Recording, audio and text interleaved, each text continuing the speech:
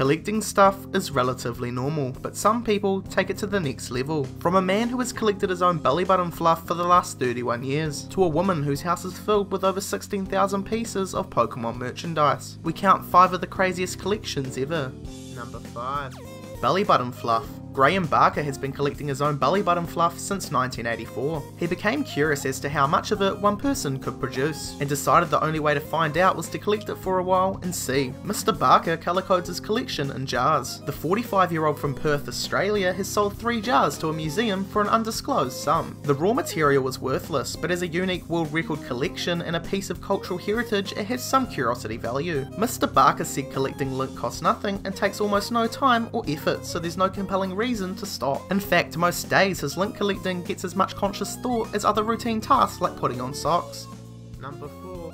Do not disturb signs. In 1985, while staying at a hotel in Sheffield, England, Swiss accountant Jean Francois Vanetti spotted a spelling error on a do not disturb sign. He found it so funny that he took it home and showed it to the local newspaper, who published a photo of it. 25 years later, Vanetti now holds the record for the largest collection of do not disturb signs, having amassed a staggering 11,111 different notices from over 189 different countries. Jean often changes hotels during his trips, specifically to add more signs to his collection. Number 3. Pokemon.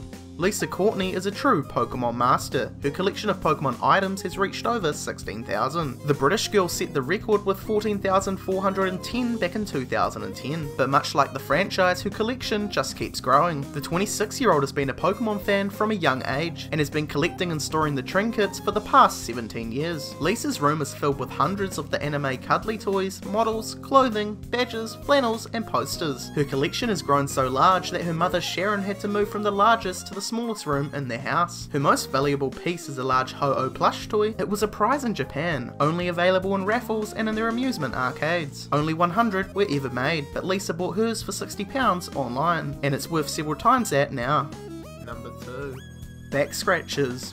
A back scratcher can be a handy item when you've got that itch you just can't reach. While it's nice to have one, it's just insane to have 675. That's the size of Manfred Rothstein's collection. The North Carolinian has gathered back scratches from over 71 different countries. So next time you have an itch you just can't reach, get in contact with this guy, because I'm sure he might have a spare that you could borrow. Number 1. Love dolls. 60-year-old Bob Gibbons and his wife Lizzie have a rather unusual collection of over 240 different kinds of love dolls. His passion really started to develop when he used to buy rag dolls for his 2 kids. He then moved on to buying shop mannequins with the help of his wife. Gibbons acquired his first silicone doll, Beverly, in 2007 for around $4,000. The couple then continued to buy different kinds of love dolls, from cheap blow-up dolls costing $650 at most, to realistic silicone dolls like Jessica, who cost $11,202. Bob and Lizzie Gibbons estimate they've spent around $160,000 since they started collecting love dolls.